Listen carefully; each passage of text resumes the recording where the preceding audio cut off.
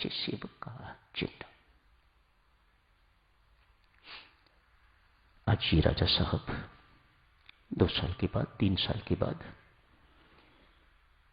राजाओं के राजा के पास वृंदावन गए हैं बांके बिहारी जी के दर्शन करने के लिए। सीढ़ियों से लेके अंदर तक कलाप जी से कहा था छोटी जाति का है, राजा साहब के साथ अंदर नहीं जाता, कहीं भी वो जाते हैं तो अंदर नहीं जाता, बाहर खड़ा रहता है, मानो अपनी औकात कभी नहीं भूली। आज सीढ़ियों से लेकर ही लोग दंडवत प्रणाम कर रहे हैं, बड़ी बड़ी पंक्तियां लगी हुई हैं। ये कौन है यहां पर जिसको इतना झुक झुक के प्रणाम लोग कर रहे हैं? ये कौन है अंदर?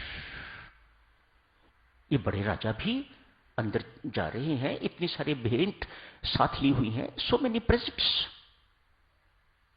टोकरे उठाए हुए हैं और भीतर जा रहे हैं। बड़ा सजा हुआ मंदिर है, कौन है इनके अंदर? दर्शन नहीं किए, नहीं, मैं भीतर जा नहीं सकता।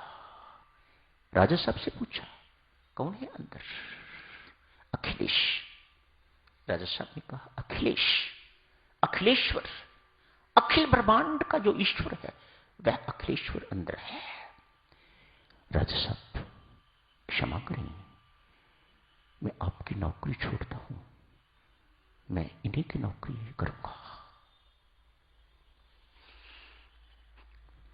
वत्स, इनकी नौकरी ब्राह्मण कर सकते हैं, गुसाई कर सकते हैं, पंडे कर सकते हैं, जैसी तू हमारी करता रहा है तुझे ये सब कुछ करने की इजाजत यहां नहीं मिलेगी।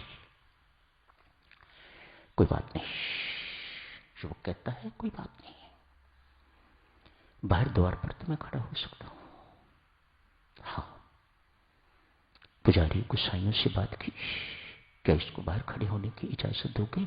हाँ देंगे। बाहर खड़ा रहना शुरू कर दिया। ये राजा साहब अपना मत्था टेक के प्रसाद लेके वापस चले गए। युवक मानो ना छोटे राजा के साथ कोई चिपकाहट थी, न बड़े राजा के साथ ही कोई आसक्ति है। अनासक्त होके अपने लक्ष्य को बहुत अच्छी तरह याद रखने वाला सेवक, सबसे बड़े की मुझे नौकरी करनी है। दिन भर खड़ा रहता है। कब राजा बाहर निकलते होंगे मुझे दर्शन होगा। अनेक दिन व्यतीत हो गए, राजा साहब बाहर नहीं निकले। ये प्रतीक्षारत है, कहीं ऐसा तो नहीं मेरी ड्यूटी जब खत्म हो जाती है उसके बाद सेकंड शिफ्ट में ये निकलते हो। अतएव आज से दिन रात वहां रहना शुरू कर दिया है। I don't want to miss him. रात को बाहर निकलेंगे तो रात को दर्शन करूंगा। अनेक दिन फिर बीत गए, राजा साहब बाहर नहीं निकले। मन में हुआ कहीं ऐसा तो नहीं कि जिस वक्त मेरी झपकी लग जाती है उस वक्त राजा साहब निकल जाते।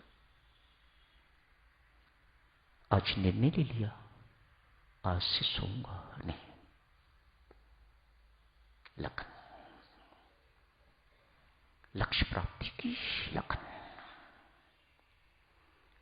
कितनी कठिन बातें हैं, इतनी आसान नहीं। हम सुख सुविधाएं भी भुगतते हैं और ये भी चाहते हैं कि हमें लक्ष्य की प्राप्ति हो जाए। देवियों, कोई मेल सज्जनों नहीं बैठता। तप का मार्ग, तपस्या का मार्ग, त्याग का मार्ग, और हम जिस चीज को पकड़ते हैं उसे छोड़ने का नाम ही नहीं लेते। राजा से कोई आसक्ति नहीं, छोटे राजा से कोई आसक्ति नहीं, बड़े से कोई आसक्ति नहीं, किसी से कोई आसक्ति नहीं। एक ही से आसक्ति है जो सबसे बड़ा है, उसकी नौकरी बननी है। राधाष्टमी का दिन है आज। मंदिर सज गए, फूल ही फूल सजा हुआ है बांके बिहारी जी का मंदिर।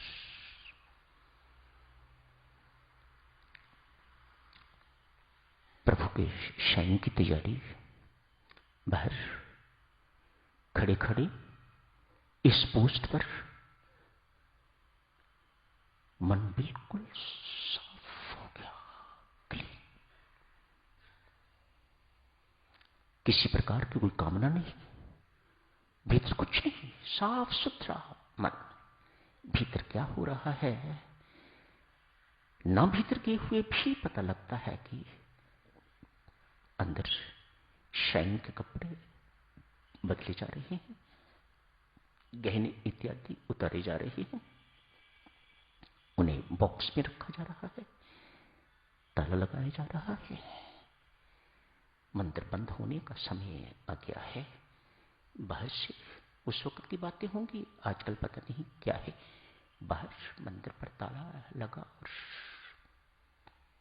पुजारी चले गए, गोसाई चले गए।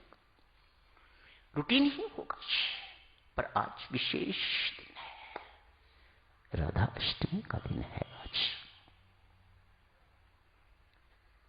मध्य रात्रि हो गई। ये कांस्टेबल की तरह खड़ा है द्वार पर। परमेश्वर की कृपा देखिए, बड़ी सरकार की कृपा देखिए। 2 घोड़े आए हैं, अपनी आंखों से सब कुछ देख रहा है। मंदिर के आगे 2 घोड़े, सफेद घोड़े तो आए। सच धज के अंदर से महारानी और महाराजा बाहर निकले हैं। आज प्रसन्नता का कोई ठिकाना नहीं।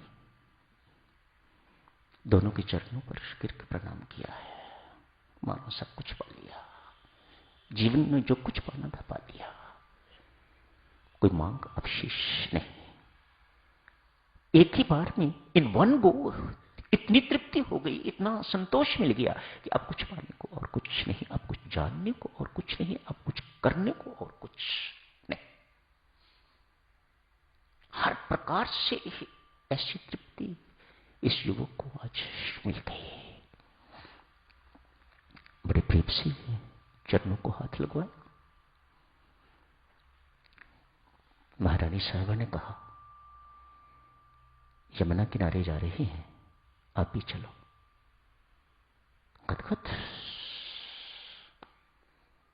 उन रोजाओं की नौकरी से ये सीख चुका हुआ था कि राजा लोगों को घोड़े पर किस प्रकार से बिठाया जाता है। अतः महाराजा साहब को और महारानी को घोड़ों पर बिठाया है और साथ साथ चलना।